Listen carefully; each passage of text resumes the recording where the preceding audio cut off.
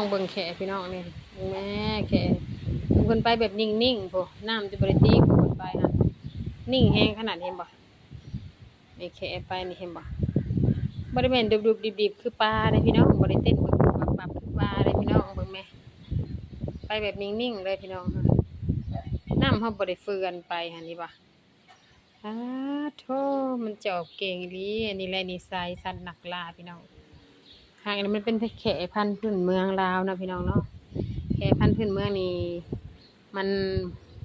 มันก็ย้านมันก็อายคนเนาะพี่น้องเนาะคนเขาไกลมันก็ไปนอกจากว่ามันบ่เห็นคนแล้วคนไปเหยียบมันจ้ะมันจังกัดเด้อพี่น้องเด้อ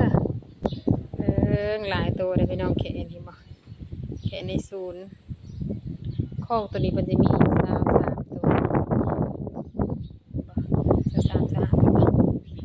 มีอยู่23ตัวพี่น้องคอกตัวนี้มันตัวน้อยๆตัวนี้ค่ะประมาณโลนึงนี่แหละพี่น้องมันบ่ใหญ่แต่เฮาก็มาเบิ่งอีกคอกหนึ่งเนาะนี่คอกนี้มันมีอยู่10ตัวพี่น้อง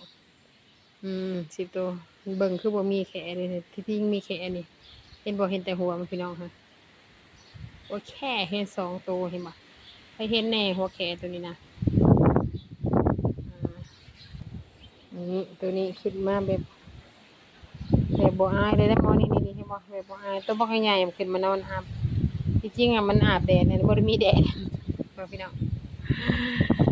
โอ้ยตัวใหญ่ใหญ่ดีเลยพี่น้องอยู่ประมาณความยาวสิประมาณเมตรกว่าประมาณเมตร40พุ่นแหละเมตร40พุ่นแหละพี่น้องอันค่ะนี่ค่ะเพิ่นไปแบบนิ่มๆนิ่งๆเลยพี่น้องเห็นบ่ตัวนั้นค่ะกำลังลอยมาเห็นบ่ลอยแบบนิ่งๆมือตีนมันบ่ได้อันตีงพี่น้องมีแต่หางมันขวักไปเพิ่ดพี่น้องเอ้ยหางมันตีงน้อยเดียวมันก็ลอยได้เห็นบ่ตัวนั้นก็เลยสิลอยมาแหละบ่อยู่ไกลๆพุ่นพี่น้องเห็นบ่ตัวนั้นมีสายของแขเห็นบ่มันบ่ได้อันนั้นเลยพี่น้องนี่